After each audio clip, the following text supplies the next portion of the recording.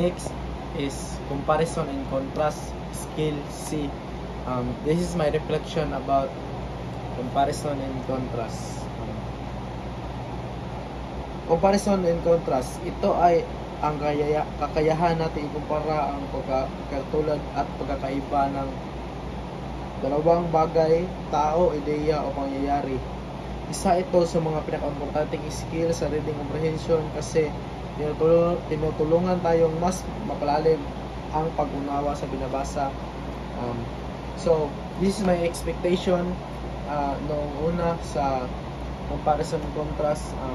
Noong una, akala ko na madali lang ang comparison and contrast. Iniisip ko na basta alam ko kung alin ang pareho at alin ang magkaiba, okay na. I expected na maging mabilis lang itong topic kasi parang common sense siya, pero habang ginagawa na ang activities, doon na ko na-realize na may techniques pala talaga dito at hindi lang basta paghanap ng similarities at differences.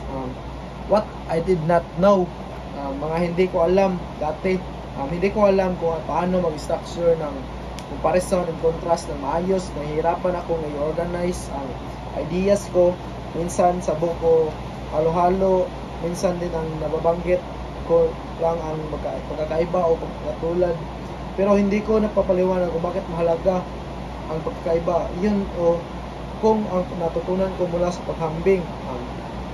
Hindi ko rin alam kung paano gamitin ang mga signal words tulad ng both, similarly, however, on the other hand, at in contrast. Ngayon realize kung malaking tulong pala ito para mas klaro ang structure ng comparison ko, at ito ang mga natutunan ko and what I have learned.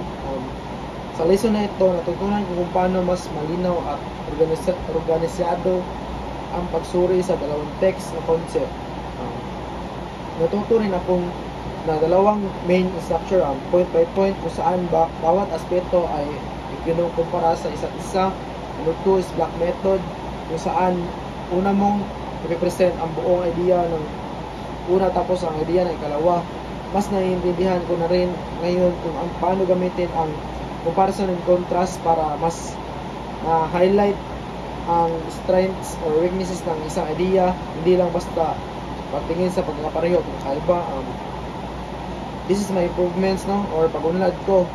Yes, malaki ang improvements sa skill na ito. Halimbawa, sa isang activity namin, kailangan namin ikumpara ang dalawang characters mula sa pagkakaibang kwento.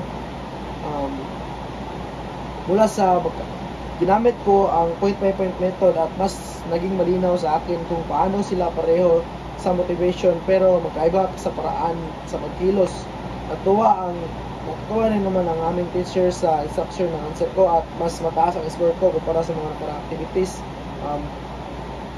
Gumamit din ako ng Venn diagram na sobrang helpful sa pag-organize at ng similarities at differences. Dati kasi magulo ako mag-isip kapag maraming info, pero ngayon mas clear ang flow na ang thoughts ko.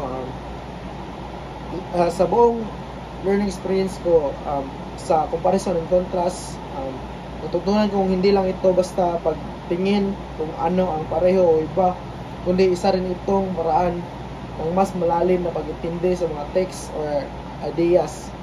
Ngayon, mas confident na akong gumawa ng analytical comparison sa mga reading namin at even sa real life situation. Magagamit ko po ito hindi lang sa English, kundi pati sa science, history, or iba pa subject. At yun lang po para sa skill C, comparison and contrast.